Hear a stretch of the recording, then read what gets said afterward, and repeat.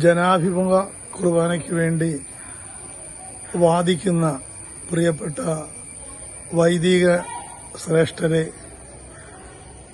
വിശ്വാസ ശ്രേഷ്ഠരെ,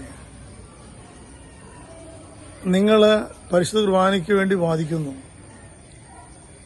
അനുസരിക്കാതെ പരിശുദ്ധ കുർബാന ചൊല്ലുന്നു. ഞാനൊരു ഒരിക്കലല്ല പല പ്രാവശ്യമായിട്ട് പല വൈദികരുടെയും പട്ടക്കുർബാനയ്ക്ക് പങ്കെടുക്കാൻ ദൈവം എനിക്ക് ഇടവരുത്തിയിട്ടുണ്ട്.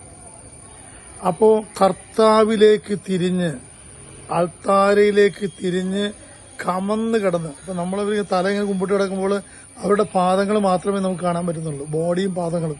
തല മുഴുവനും കൈയൊക്കെ നിവർത്തി ഇങ്ങനെ സർവപ്രണാമം ചെയ്ത് അവർ കിടന്ന് കമന്ന് കിടന്ന് സത്യം ചെയ്യണം,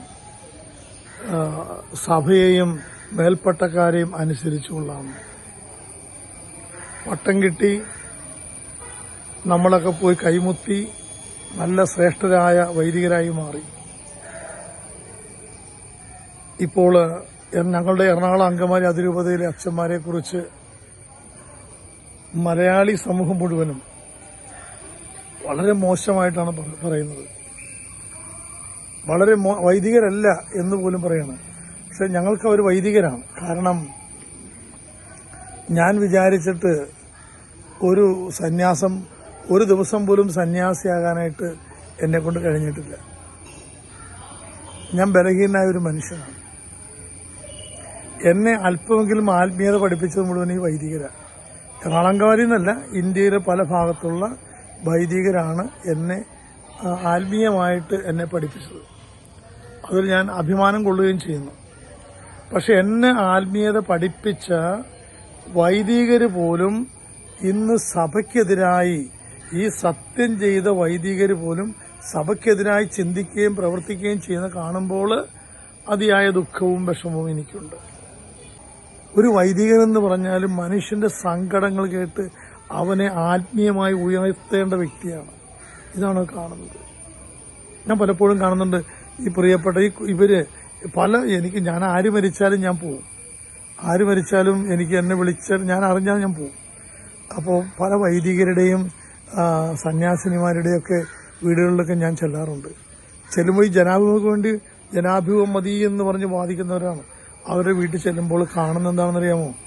വീട്ടില് ജനാഭിമുഖമായിട്ട് ബോഡി വെക്കുന്നു, പള്ളി ചെല്ലുമ്പോൾ ആൾത്താരാഭിമുഖമായിട്ട് കാല് ആൾത്താരിലേക്ക് വെച്ച് അങ്ങോട്ട് ആൾത്താരെ നോക്കുന്നതായിട്ട് അങ്ങനെ കാണുന്നു. ഇന്ന് വരെ എന്റെ ഓർമ്മ വെച്ച കാലം മുതൽ ഇന്ന് വരെ കാണുന്ന അങ്ങനെയാണ്. നാളെ ഈ വിമതന്മാര് ഞങ്ങളുടെ ബോഡി അങ്ങനെ വെക്കണ്ട, ഞങ്ങൾ ജനാഭിമുഖമായിട്ട് ഞങ്ങളുടെ ബോഡി വെച്ചാൽ മതി, എന്റെ അപ്പന്റെയും അമ്മയുടെയും എന്റെ സഹോദരങ്ങളുടെ ബോഡിയൊക്കെ ജനാഭിമുഖമായി മാത്രമേ വെക്കാവൂ എന്ന് അതും കൂടി നിങ്ങളുടെ സമരത്തിൽ പെടുത്തിയാൽ നന്നായിരിക്കും. എന്റെ പ്രിയപ്പെട്ട അച്ഛന്മാരെ, നിങ്ങളൊന്ന് താഴെ, നിങ്ങളുടെ പിതാക്കന്മാരെ അനുസരിച്ച് ഒന്ന് താഴെ, മേജർ ആർച്ച് ബിഷപ്പിനെയും മാർപ്പാപ്പയും ഒന്നനുസരിച്ച് പ്ലീസ്. കാല് പിടിച്ച് അപേക്ഷിക്കണം. 3-ാം തീയതി വരെ നിങ്ങൾ കാത്തിരിക്കേണ്ട, സസ്പെൻഷന് വേണ്ടി കാത്തിരിക്കേണ്ട. എന്തിനാണ് നാണം കെടുന്നത്? നിങ്ങൾ നേരത്തെ ഇവന്മാർ ഈ തല്ലുപിടുത്തക്കാരെ കണ്ടിട്ടാണ് നിങ്ങൾ അച്ഛനായത്. നിങ്ങളുടെ അപ്പനും അമ്മയൊക്കെ മുട്ടുകുത്തി നിങ്ങൾക്ക് വേണ്ടി എന്തുമാത്രം പ്രാർത്ഥിച്ചിട്ടുണ്ട്. അവരെ ഒന്ന് ഓർക്കണ്ടേ? ഈ തല്ലുപിടുത്തക്കാരും ബഹളക്കാരും ഓർത്ത്, ദൈവത്തെ ഓർത്ത് അങ്ങനെ നിങ്ങൾ കാണല്ലേ? നിങ്ങളുടെ അപ്പനെയും അമ്മയൊക്കെ നിങ്ങളെ വിശ്വസിച്ച്, സഹോദരങ്ങളെ വിശ്വസിച്ച് വർഷങ്ങളോളം 10-12 വർഷക്കാലം വരെ മുട്ടുകുത്തി നിന്ന് പ്രാർത്ഥിച്ച് നിങ്ങൾ അച്ഛനായി കാണണമെന്ന്, നിങ്ങൾ അവരുടെയും അച്ഛനായി കാണാൻ വേണ്ടിയിട്ടാണ്. നിങ്ങൾ ഈ തല്ലുപിടുത്തക്കാരുടെയും ഈ ചില സുഡാപ്പികളുടെയൊക്കെ ആളാകാതെ ഈശോയുടെ ആളായിട്ട് തന്നെ താഴ്ത്തി കുരിശുമരണം വരെ തന്നെ താഴ്ത്തിയ യേശുവിന്റെ കുപ്പായമാണ് നിങ്ങൾ അണിഞ്ഞിരിക്കുന്നത്. ആ കുപ്പായത്തിന്റെ വില കളഞ്ഞു കുളിക്കരുത്. ദൈവത്തെ ഓർത്ത് വന്നുപോയ തെറ്റുകൾ മുഴുവൻ സഭ ക്ഷമിക്കും, സഭ മുഴുവനും പൊറുക്കും. 3-ാം തീയതിക്ക് ശേഷം വരെ ആകാൻ വേണ്ടി കാത്തിരിക്കല്ലേ.